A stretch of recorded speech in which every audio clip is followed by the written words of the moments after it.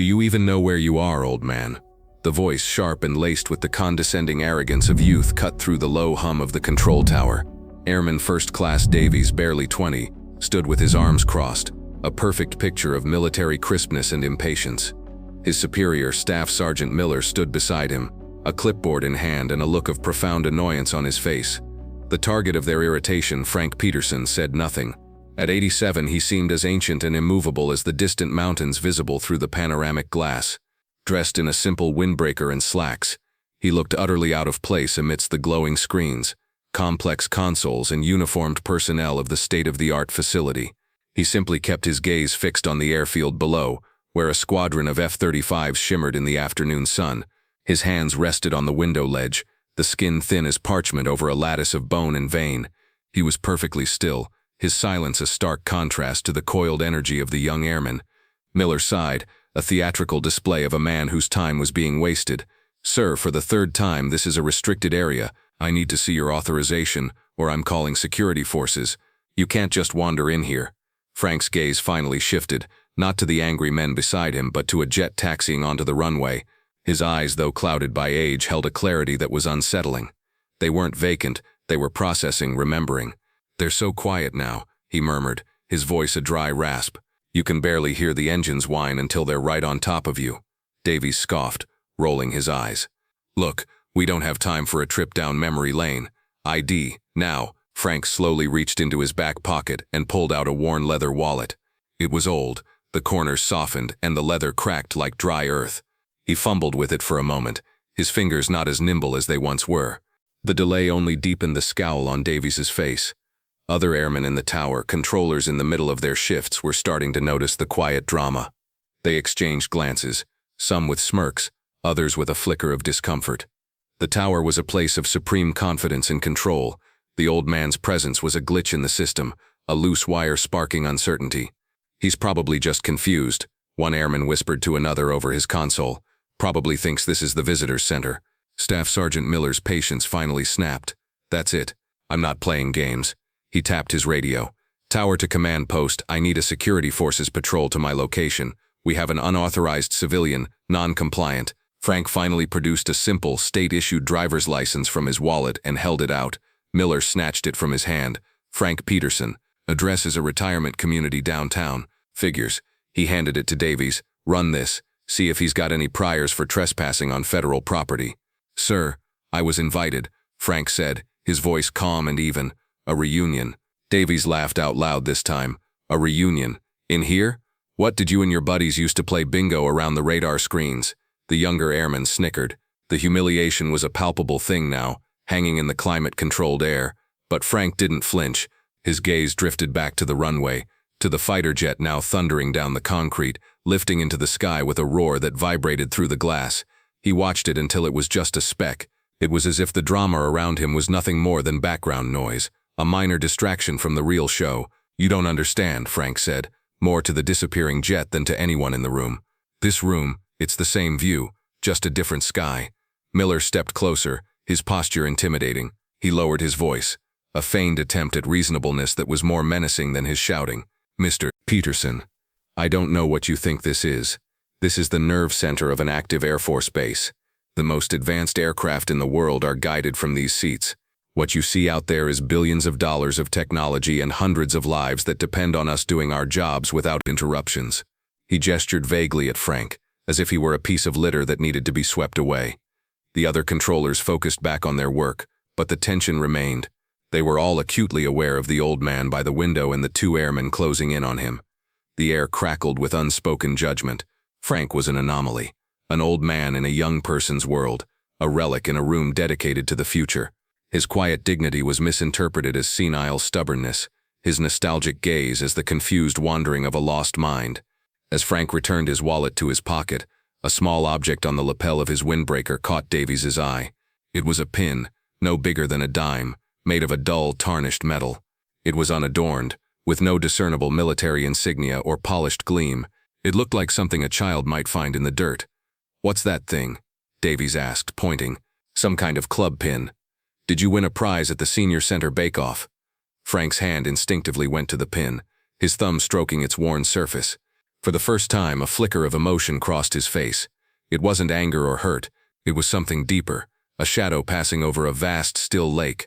The sterile hum of the tower faded, replaced for a heartbeat by a different sound. A scream, not of a person but of metal tearing apart at 30,000 feet. He felt a phantom chill, the deep, biting cold of a high-altitude night. In his mind's eye, he saw not the sunny airfield but a blanket of absolute blackness, pricked by the distant, indifferent light of stars. He felt the weight of a hand on his shoulder, a hand that was shaking, and heard a voice crackling with static and terror through a headset he hadn't worn in 60 years. "We're blind, Frank. We're blind up here. Just get us home." The memory vanished as quickly as it came, leaving Frank standing by the window, his thumb still on the pin. The present rushed back in, with Davy's sneering face and Miller's impending call to security forces. The confrontation was reaching its peak. Miller, seeing the security forces' vehicle pulling up at the base of the tower, felt a surge of righteous authority. He was handling the situation by the book. He was in control. "All right, Mr. Peterson," Miller said, his voice hard. "Your little visit is officially over. These men will escort you off the base." But not everyone was convinced. In a slightly darker corner of the tower at the supervisory console, Captain Eva Rostova had been observing the entire exchange. A career officer with a decade of service, she had an instinct for things that didn't add up. Initially, she shared Miller's annoyance at the breach of protocol, but as she watched the old man, something held her back. It wasn't just his preternatural calm, it was his eyes. She'd seen eyes like that before, in the faces of combat veterans who had returned from deployments. Eyes that had seen too much to be rattled by a puffed-up staff sergeant. Then she saw the pin. It was small, indistinct, but something about its simple, functional design tugged at a memory from a history seminar she'd taken at the academy. It was from a program that was barely a footnote in the official records, a declassified ghost story. Miller was now gesturing for the arriving security forces to come up. Rostova knew she had only seconds.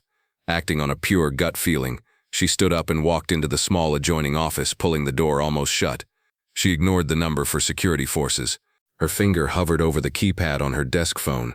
Then she dialed the base's command section. She was bypassing her entire chain of command, a potentially career-ending move. "This is Captain Rostova in the control tower," she said, her voice low and urgent. "Patch me through to the wing commander's office. It's a Protocol 7 matter."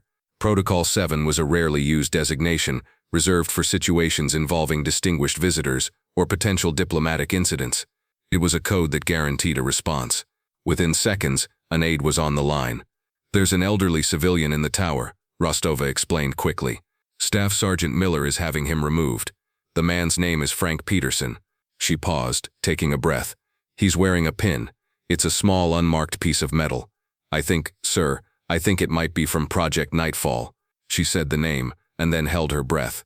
For a moment, there was only silence on the other end of the line. The audience of airmen in the tower could see the security patrol entering the elevator. They knew the old man was about to be forcibly removed. But the viewer, listening in on this phone call, now knew something they did not. A different kind of response had just been triggered. Help was on the way, but it wasn't for Staff Sergeant Miller. The cutaway is abrupt. We are no longer in the glass-walled tower, but in a richly furnished office, the walls adorned with commendations and photographs of aircraft. Wing Commander Colonel Marcus Thorne, a man whose face was a permanent mask of stern authority, was holding a phone to his ear, his knuckles white. "Say that again, Captain," he ordered, his voice dangerously low. Captain Rostova's voice came through the speaker, tinny but clear. "His name is Frank Peterson, sir, and he is wearing what I believe is a Nightfall service pin." Colonel Thorne's expression went from stern to stunned. The color drained from his face. He sat bolt upright in his leather chair, his mind racing through classified historical annexes he had been required to memorize. Project Nightfall. Frank Peterson. It wasn't possible. The men from that program were all gone, their names redacted from history, their deeds sealed in vaults. "Keep him there, Captain," Thorne commanded, his voice now tight with a new and unfamiliar emotion, panic. "Do not let your men touch him. I don't care what you have to do. Stall them. I am on my way." He slammed the phone down and bellowed for his aide, a young lieutenant who scrambled into the office. "Get me General Wallace on the line. Use the red phone. Tell his office it's a Broken Arrow priority. No, tell them it's about Frank Peterson." He was already shrugging on his pristine service dress jacket, his movements jerky and frantic. The aide, who had never seen the colonel so rattled, stared in confusion. "Go, now," Thorne barked. The aide fled. The name Frank Peterson meant nothing to him, but the wing commander's terror was infectious. A storm was coming. Back in the control tower, ignorance was bliss. The two security forces airmen, armed and imposing, stepped out of the elevator. Staff Sergeant Miller pointed a thumb at Frank. "That's him. He's been non-compliant since he arrived. I want him escorted to the gate," and issued a formal trespass warning. Airman Davies smirked, enjoying the finality of the moment. He stepped toward Frank, who was still looking out the window, seemingly lost to the world. "Time to go, Grandpa," Davies said, his voice dripping with condescension. "Your little field trip is over. Let's not make this difficult." One of the security airmen placed a hand on Frank's shoulder. It was meant to be a firm, guiding touch, but in the context of the public humiliation, it was an act of final dominance. This was the point of no return. They were treating a legend like a vagrant. Frank finally turned his head, his calm eyes meeting the young airman's. He didn't look scared. He looked disappointed. Just as the airman began to apply pressure, the elevator doors hissed open again with a violence that made everyone jump. Out strode Colonel Thorne, his face a thundercloud, his eyes blazing. He was followed by the base command chief and a handful of other high-ranking officers. Their arrival was so sudden and so shocking that the background chatter of the tower died instantly. Miller and Davies snapped to attention, their mouths agape. But it was the man who followed them out of the elevator that sucked all the air out of the room. He was tall and broad-shouldered, his dark blue service uniform adorned with 4 silver stars on each shoulder. A constellation of ribbons and medals covered his chest. This was General Marcus Wallace, commander of Air Combat Command, one of the most powerful men in the entire United States military. A 4-star general's presence in a base control tower was so unheard of it was practically reality-bending. He was a figure you saw on television or in grainy photos from the Pentagon, not 10 feet away from your workstation. The very air seemed to grow heavy and still. The general's eyes, sharp and predatory, swept the room in a single dismissive glance. He ignored the saluting colonel, the terrified NCOs, and the armed security men. His gaze landed on one person and one person only, the frail old man in the windbreaker. Without a word, General Wallace strode across the floor, his polished shoes making no sound. The entire room held its breath. He walked past Miller and Davies as if they were furniture. He stopped directly in front of Frank Peterson. For a long moment, the two men just looked at each other, the 4-star general and the forgotten civilian. Then, in an act that defied all logic and protocol for the stunned onlookers, General Wallace brought his heels together with an audible click. He raised his right hand to his brow in a salute so sharp, so precise it could have cut glass. He held it, his arm rigid, his gaze locked on Frank's. The silence stretched into an eternity. Davies looked like he might faint. Miller's face had turned a sickly shade of pale green. Finally, the general spoke, his voice a low baritone that filled the silent room with an unshakable authority. "Mr. Peterson," he said, his voice thick with a profound and genuine reverence. "It is an honor, sir." He held the salute for another beat before slowly lowering his hand. He then turned his head slightly, addressing the petrified airmen in the room, but his words were clearly a tribute meant for Frank. "For those of you who don't know," the general's voice boomed, gaining strength, "you are in the presence of a ghost, a man whose name was classified for 50 years. You are standing in front of Frank Peterson, the lead mission controller for Project Nightfall during the height of the Cold War." He gestured out the window, toward the vast expanse of the sky. From a concrete bunker buried 1,000 feet underground with none of the technology you take for granted today, this man was the eyes and ears for the most daring reconnaissance missions in our nation's history. He and his team guided pilots through enemy territory when they were alone, hunted, and completely dark. The general's eyes found the small tarnished pin on Frank's lapel. "You see this pin?" he asked, his voice dropping again, becoming more personal. In 1968, an SR-71 spy plane suffered a catastrophic systems failure over hostile airspace. Navigation, communications, everything went dead. They were flying blind at 80,000 feet, a dead plane waiting to be shot down. But they weren't alone. The general turned back to Frank. This man, using nothing more than a slide rule, a stopwatch, and his encyclopedic knowledge of the star charts, talked that pilot and his reconnaissance officer home. For 3 hours he was their compass. He was their radio. He was their guardian angel. He did it all from memory, plotting a course that brought them across 3 borders and landed them on a friendly airstrip with their fuel tanks on empty. The pilot gave him this pin, his own squadron pin, because Frank had earned it more than anyone. The room was a cathedral of stunned silence. The airman, who minutes before had seen a confused old man, now saw a giant. Davies's sneer had been replaced by a slack-jawed look of utter disbelief. Captain Rostova felt a tear trace a path down her cheek. She hadn't been wrong. She had been in the presence of greatness and had almost failed to recognize it. Frank simply inclined his head, a quiet acknowledgement of a memory that was his alone. General Wallace's warm, respectful expression vanished as he turned his gaze upon Miller and Davies. The temperature in the room plummeted. His voice was no longer booming, it was a blade of ice. "You," he said, his eyes locking onto Staff Sergeant Miller. "You stand in a room built on the legacy of men like him.